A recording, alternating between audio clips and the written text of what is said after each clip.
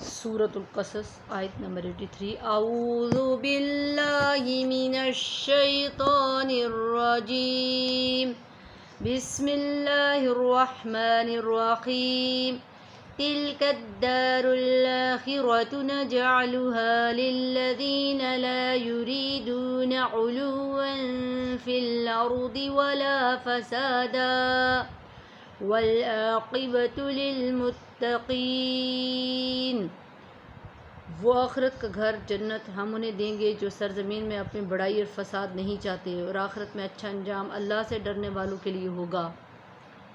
من جاء بالحسنۃ فلہ خیر منہا ومن جاء بالسیئۃ فلا یجزی الذین عملوا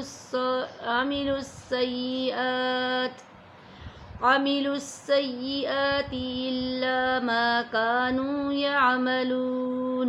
جو شخص بھلائی کرے گا اسے اس سے بہتر ملے گا، اور جو برائی کرے گا تو برا کرنے والوں کو ان کے عمل کا ہی بدلہ دیا جائے گا۔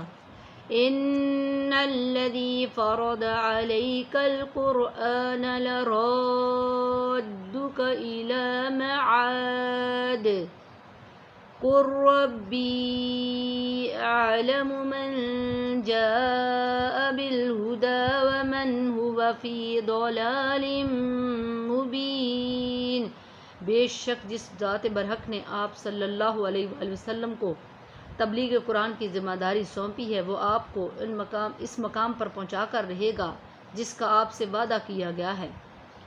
آپ کہہ دیجئے کہ میرا رب اسے زیادہ جانتا ہے جو ہدایت لے کر آیا ہے، اور اسے بھی خوب جانتا ہے جو کھلی گمراہی میں ہے۔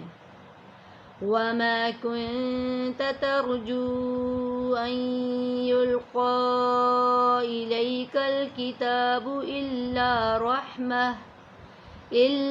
رَحْمَةً مِّن رَّبِّكَ فَلَا تَكُونَنَّ ظَهِيرًا لِّلْكَافِرِينَ۔ اور آپ توقع نہیں کرتے تھے کہ آپ پر قرآن اتارا جائے گا، یہ تو آپ کے رب کی رحمت تھی، اس لیے آپ کافروں کا مددگار نہ بنیے۔ وَلَا يَصُدَّنَّكَ عَنْ آيَاتِ اللَّهِ بَعْدَ إِذْ أُنزِلَتْ إِلَيْكَ وَادْعُ إِلَىٰ رَبِّكَ وَلَا تَكُونَنَّ مِنَ الْمُشْرِكِينَ۔